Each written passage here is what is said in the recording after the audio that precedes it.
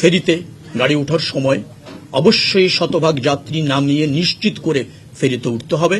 ওখানে একটা ব্যারিয়ারের কথা বলা হয়েছে, ব্যারিয়ার থাকবে, যদিও ওটা একটু কৌশলগতভাবে সমস্যা আছে, তো তারপরও আমরা ব্যারিয়ার থাকবে এবং বিআরটিএ এবং ধরেন মালিক সমিতি তারা নিশ্চিত করছে যে যাত্রী সম্পূর্ণ নামিয়ে গাড়ি ফেরিতে উঠতে হবে।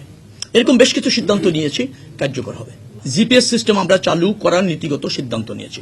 সব পাবলিক পরিবহনে, সব পরিবহনে জিপিএস থাকবে, তাহলে দেখবেন যে নিয়ন্ত্রণ আরও বেশি সম্ভব হবে। স্পিড নিয়ন্ত্রণ করা যাবে, গাড়ির অবস্থান নিয়ন্ত্রণ করা যাবে, কে ট্রাফিক রুল মানছে না নিয়ন্ত্রণ করা যাবে, কে মাঝপথ থেকে ঘুরিয়ে যাত্রী নিয়ে চলে যাচ্ছে মানে টিকিট ছাড়াই ইসের মধ্যে আর কি যাত্রীদেরকে তুলে তার ইচ্ছা মতো ভাড়া নিয়ে চলে যাচ্ছে গন্তব্যে, সেগুলো নিয়ন্ত্রণ করা সম্ভব হবে।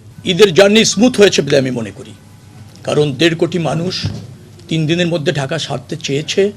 কোথাও কোনো বড় ধরনের 2-1টি অনাকাঙ্ক্ষিত দুর্ঘটনা ঘটেছে, সেটার জন্য আমরা দুঃখিত, জাতি দুঃখিত, জাতি ভারাক্রান্ত, মর্মাহত। একটা প্রাণেরও মানে ডিপারচার কেউ চায় না। 2টি বড় দুর্ঘটনা ঘটেছে, এছাড়া যানজট বলেন, মানুষের ঘন্টার পর ঘন্টা অথবা যানবাহনের অভাবে বাড়ি যেতে পারছে না, ঈদের দিনও রাস্তায় কেটেছে, এরকমও ছিল। এর আগে আমরা মনে করছি যে কোনো সময়ের চেয়ে 1.5 কোটি মানুষ নিরাপদে স্বস্তিতে বাড়ি ফিরতে সক্ষম হয়েছে বলে আমরা মনে করি।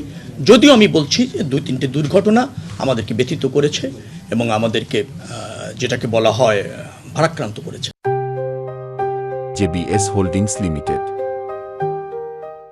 দুর্ঘটনার জন্য কাউকে বিশেষভাবে দায়ী আমি করতে চাই না,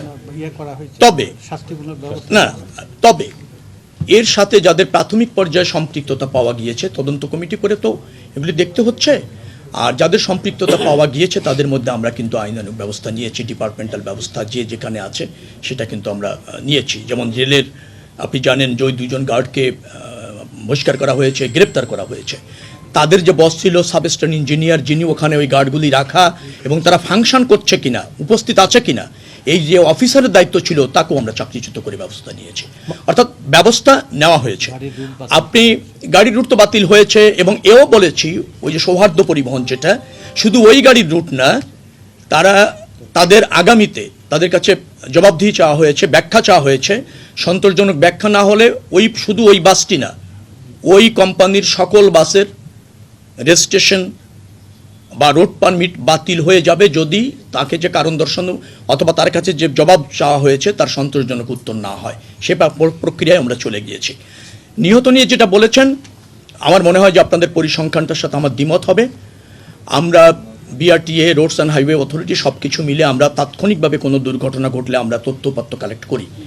সেখানে এবার আপনার মৃত্যুর সংখ্যা হচ্ছে রোড দুর্ঘটনা, রোড, সড়ক এবং নৌপথে যে দুর্ঘটনাটা ঘটেছে 170 জন আমার কাছে।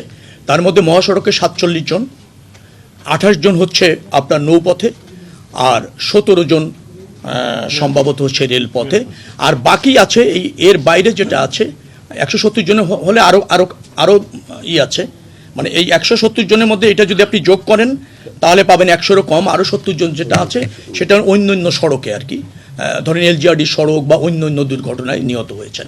সব মিলিয়ে 170 জন। আপনি 11 দিনে গত বছর যে নিহত ছিল সেটা হলো 187 জন।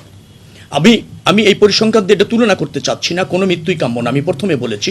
তবে আমরা নিয়ন্ত্রণ করতে পারিনি এ কথা বলা ঠিক হবে না, নিয়ন্ত্রণে রয়েছে, আগের চেয়ে কম হয়েছে, আগামীতে আমরা আরও কম করবো বিদায়। সেই জন্যই কিন্তু এই আজকের এই প্রস্তুতি সভা, আজকে আলোচনা সভা।